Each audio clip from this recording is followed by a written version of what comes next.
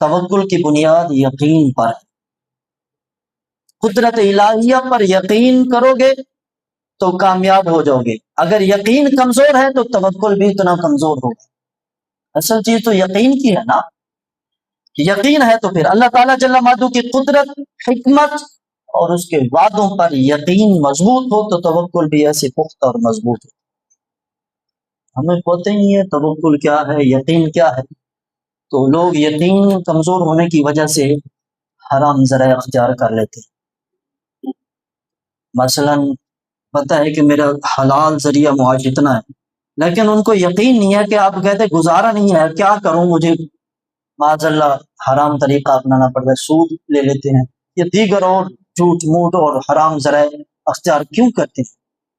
کیا ہم مسلمان نہیں، نبی کریم صلی اللہ تعالی علیہ وسلم کے غلام نہیں ہیں؟ ہمیں سب سے بڑی دولت ایمان مل گئی، یہ کم ہے؟ اگر دنیا میں ہم کم کھا لیں گے تو کیا ہوا، ایمان تو ہے نا۔ ہمیں اس چیز کو دیکھنا ہے۔ اللہ تعالیٰ جل مجدہ وہ بہتر فیصلہ فرمانے والا، وہ بہتر جانتا ہے کہ کس کو کہاں کتنا کیسے دینا ہے، وہ مالک ہے نا۔ اللہ تعالیٰ جل مجدہ نے ہر ایک کے رزق کا ذمہ اپنے کرم پر لیا ہے کہ نہیں لیا؟ لیا ہوا ہے نا، اتنا یقین ہے۔ قرآن کریم میں اللہ تعالیٰ جل مجدہ نے جو ارشاد فرمایا وَعَلَى اللَّهِ فَلْيَتَوَكَّلِ الْمُؤْمِنُونَ، کہ آپ صلی اللہ علیہ وسلم اللہ تعالیٰ جل مجدہ کی ذات پر توکل کرنے والے انسان ہیں، یہ اللہ فرما رہا ہے، اور اللہ توکل کرنے والوں سے محبت فرماتا ہے۔ خاتم النبیین حضور سید عالم نور مجسم شفیع معظم صلی اللہ علیہ وسلم کا ارشاد ہے اذا سألت فاسأل اللہ واذا استعنت فاستعن باللہ۔ یہ واضح طور پر شعب الایمان کی حدیث مبارکہ 1043 اور جامع ترمذی کے اندر 2516، مسند احمد میں 2807، کنز العمال کے اندر بھی یہ حدیث مبارکہ موجود ہے۔ کریم آقا امام الانبیاء علیہ الصلوۃ والسلام نے ارشاد فرمایا جب سوال کرو تو اللہ تعالیٰ سے کرو، اذا سألت فاسأل، اللہ سے سوال کرو، اور جب مدد طلب کرے تو اللہ سے مدد طلب کرو۔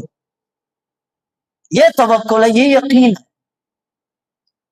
میں آپ کو بتاؤں کہ اکابرین کی سیرت کو دیکھیں تو ہمیں بڑی خوشی ہوتی ہے۔ حضرت سیدنا امام زین العابدین رضی اللہ تعالیٰ عنہ کے شہزادے حضرت سیدنا امام باقر رضی اللہ تعالیٰ عنہ، آپ فرماتے ہیں ایک مرتبہ مولا المسلمین حضرت سیدنا علی المرتضی شیر خدا کرم اللہ وجہ الکریم، آپ بیٹھے تھے، دیوار کا سہارا لیے فیصلہ کوئی فرما رہے تھے، شرعی مسئلہ بتا رہے تھے، آپ قاضی تھے، مفتی تھے، لوگ آپ سے فتویٰ لینے کے لیے آتے تھے، یہاں تک کہ جب امیر المومنین سیدنا فاروق اعظم رضی اللہ تعالیٰ کے پاس کوئی آتا، فرماتے پہلے تصدیق کرا کے حضرت علی سے، اگر کرا کے لاتے جو کہتے کہ اس کی تصدیق حضرت علی نے کر دی تو فرمایا آپ دوسرے کی تصدیق کرنے کی ضرورت ہی نہیں ہے۔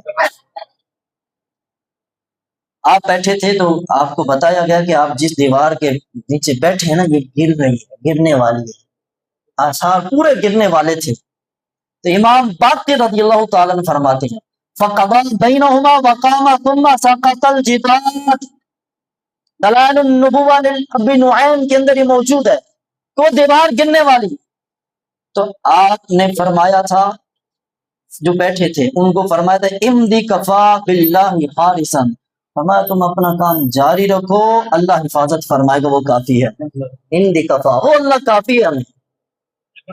تو فرماتے ہیں کہ آپ نے شریعت کے مطابق لوگوں کا فیصلہ سنا، پہلے ان کی بات سن کے فیصلہ دیا، جیسے آپ اٹھے آپ کے اٹھنے کے بعد دیوار گر گئی، آپ بیٹھے رہے جب تک تو سیف ہے، محفوظ ہے، اتنا توکل مضبوط تھا۔